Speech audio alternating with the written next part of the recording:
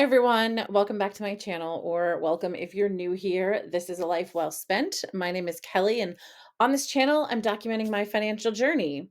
Today is Tuesday, April 2nd, which means it's Transfer Tuesday.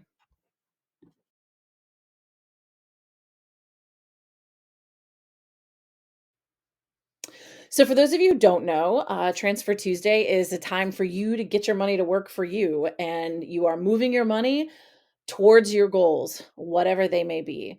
For me, I've talked about this earlier in the year. I Some of my initial goals, I did have some goals about my HSA and my Roth IRA that kind of take place throughout the year. Um, and they take place kind of on the first of the month. So they're not necessarily part of this, but technically, sure. I put $500 into my Roth IRA and I put $70.83 into my brokerage account. And, you know, my investments and savings have been increased that way. And that was literally yesterday because yesterday was the first of the month and that's when it comes out. But as far as an actual Tuesday transfer goes, I took the time earlier today, and I think I said this in, if you've seen my April budget video, I think I said I was going to do this, but um yeah, I am at the point where most of my sinking funds are done. So, sinking funds are funds that you have set aside so that, like, as you are saving for things that you know you need to spend in the future, and it can be something really specific, like I knew I needed tires on my car at one point. So, I made a sinking fund just for my tires, knowing for sure I was going to be spending that money to buy tires. You can also have sinking funds for things that, like, you don't necessarily pay all the time, but you know there's a point where you have to pay them out. My mom, for instance, she owns her home outright. She doesn't have a mortgage. So she still has to then pay for her insurance, the taxes on the house, and, property taxes and all that kind of stuff.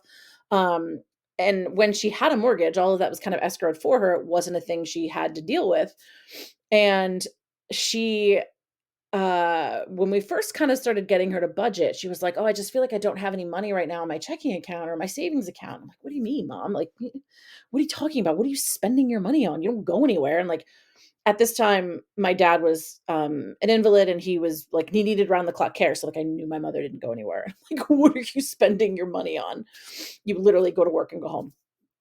Um, so she was like, "Well, I just had to pay, like, whatever property taxes, and I had to pay that." And I was like, but you know you have to pay that bill. Why don't you set money aside? So we kind of totaled up for her how much her county taxes and her school taxes, how much her insurance was, and divided it out by 12. And we went, okay, this is what you're going to put aside every month for that. Because you have to sometimes think of, like, just because your take home is $3,000 a month, that doesn't mean you have $3,000 a month to spend, right? Like, some of that money has to be allocated for future needs, and you have to kind of view that money as, like, money that's already been spent. It just hasn't been handed over yet. And so once I got my mom to kind of wrap her head around that, she was like, "Oh, this is amazing because, like, I don't," and she put it in a separate savings account entirely. So she was like, "Oh, like, it's just there. It's just there for me to use when I need it." I'm like, "Yeah, that's exactly right." So that's how sinking funds work in general. So you can do it just kind of for overall stuff that, like, you spend eventually, um, or you're saving up for something specific that you're gonna need to buy. So my sinking funds are, I did actually have one specific. I have two for my car. One was, like, for a specific thing. I knew when I had got let me see, 2022. In 2022, I got my car inspected, and they were like, "Hey, just so you know, your tires are good for now. They're still safe. They're still fine, but they're not gonna pass next year. After, like, a year's worth of wear on them, like, there's no way you're gonna need new tires for next year." Okay, great. The whole year to save up for new tires. Then that's fine. And I did that. Then when they did my inspection, put the new tires on, all of that, they're like, "Hey, just so you know, there's this little, like, it's a leak. I don't quite know how to explain it, but they're like, it's kind of expensive to fix, but it doesn't need to be fixed now. And it's not the end of the world. It just kind of becomes a nuisance after a while." And I was like, "Well, Me personally, I love my car. I want to drive it till the wheels fall off. So like I do want to keep it and maintain it, but I was like, oh God, I just spent like money for new tires and I just spent money for this and money for like I don't think I can like spend that right now. And he's like, oh my God, you don't have to. Great. So I took the time to save up the money for it. I have it waiting. It's just a matter of making the appointment, I think, and getting it done. Um, so anyway, so that's a thing where I was like, I'm setting money aside because I know I have to pay this out. I also have a sinking fund for my medical. Now I do a high deductible plan. Um, and I'm going to try really, really hard to just leave my HSA alone. I max it out every year.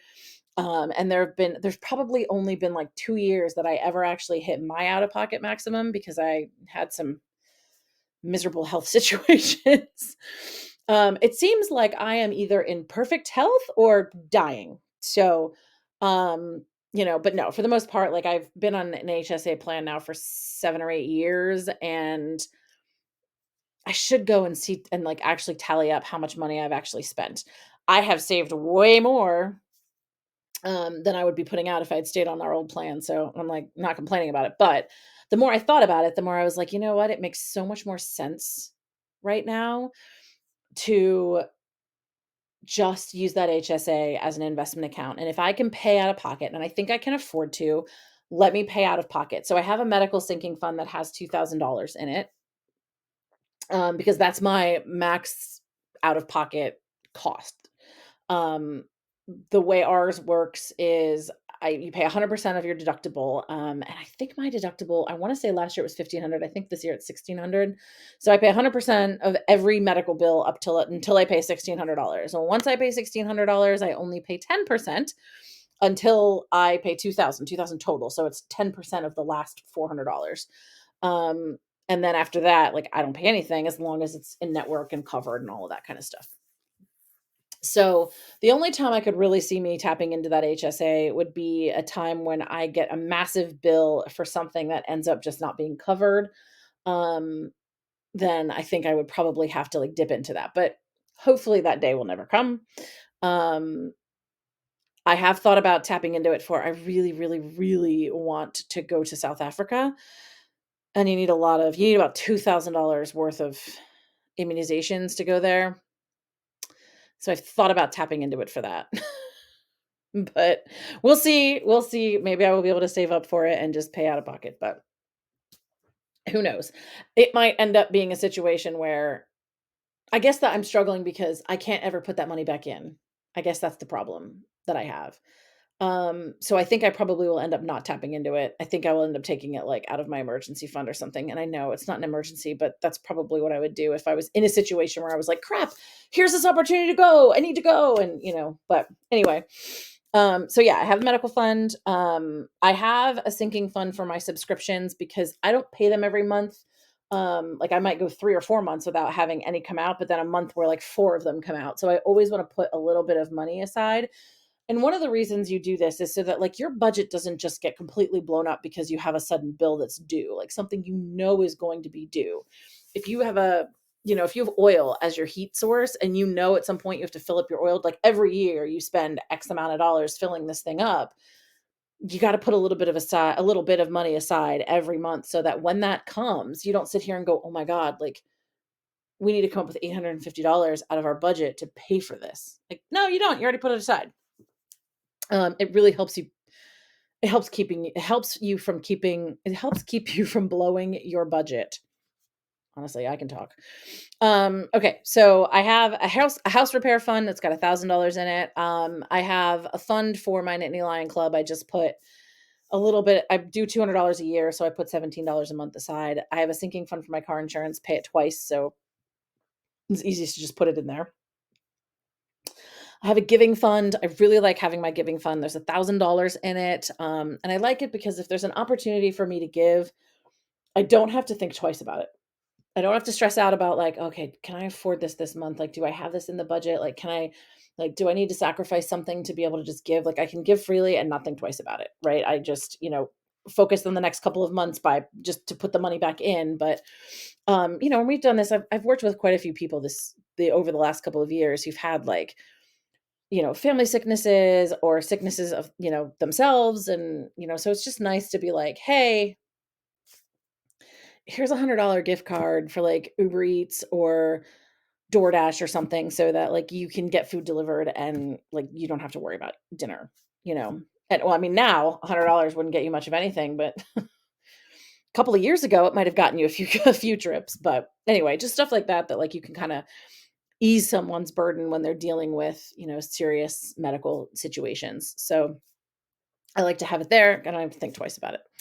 Um, I have $1,000 in my car repair fund. I think I said that I have the fund for that thing I have to get fixed in my engine, but my typical car repair fund is for stuff like when I have to get my oil changed. My tires get rotated for free by the people who put them on, so I don't have to worry about that necessarily. But maybe something breaks that has to get fixed. And that's what that particular fund is for. I have a gift fund with $600 in it because that's probably about all I spend throughout the year. I don't buy a lot of gifts for people. Um, I have like I buy for my niece and my mom basically. That's pretty much it. Um, and but it's nice to know that the money is there. Like if I see something that I decide, oh my God, my niece would really love that and I want to get that for her, but I'm going to give it to her for Christmas, but I want to buy it now. I have the money to buy it without having to like do anything like weird with my finances, right? I don't have to sit here and be like, well, I guess I'm not gonna do like I guess I'll try not to like put more gas in my car because I'm gonna buy this instead. So I'm glad to have the money there. I also have a garden fund. There's $500 in the garden fund, and I don't even know that I will spend that this year. I'll be interested to see. I mean, I know the cost of everything has gone up, but I've done a lot of the landscaping that I'm already doing or that I've done or wanted to do around my house. There's one section, I'm just not really sure what I want to do with it 'cause it's in the shade a lot, but the $500 is there so that when it comes around, I can buy it. I also will buy mulch if I need. I'm not going to need a ton of mulch this year because I mulched a lot last year. And I will also buy like grass seed and the fertilizer and stuff for that. But that is also something I don't need any more of. So I will probably have to buy some weed killer. But other than that, like that's about it. I have a lot of stuff still from years past. So that's nice. But anyway, $500. I have a clothing fund. Oh, wait, let me back up. No, I'm up too. So clothing fund, that is today's transfer Tuesday. I'm transferring $198, $91.98 to my clothing fund, and it will be maxed out at $500. Quite frankly, I don't want to spend more than $500 on clothes. I'm not much of a fashionista. Like I find something I like and I buy it like every color that doesn't look terrible on me, and that's that. Like this shirt bought from Sam's Club, pretty sure it's long sleeve. Like the color, it's very comfortable. Went back to the store and bought like, I don't know, 6 more that are just different colors and love it. It's fine. And I don't really care one way or the other. I absolutely hate shopping. And yeah, that sounds like the absolute worst thing to do. Just roam and look and try stuff on and it's miserable. So I avoid it as much as possible. I did start putting some money aside because I was like, "Ugh, I got a new job. I probably need to dress a little bit fancier." Um, but so far so good. And I had been losing weight and I realized that like my clothes were starting to get to the point where they weren't going to fit me anymore and it was going to be obvious. And they're probably going to like fall off of me. So I was like, I better start putting some money aside for clothes because I'm going to need to buy some things in sizes that fit. Um, and the last fund, which did not get any money yet, but it will, that'll be the one that from, every other Tuesday, excuse me, of this month will be getting, and that's my travel fund. And I want to top that fund out at $2,000. That is the only fund I have left. So there's my emergency fund, yes, but of my sinking funds, the only one that I have left is my travel fund. I want to top this out at 2,000. And this is really just my, like, if I want to pick up for the weekend and go somewhere fund.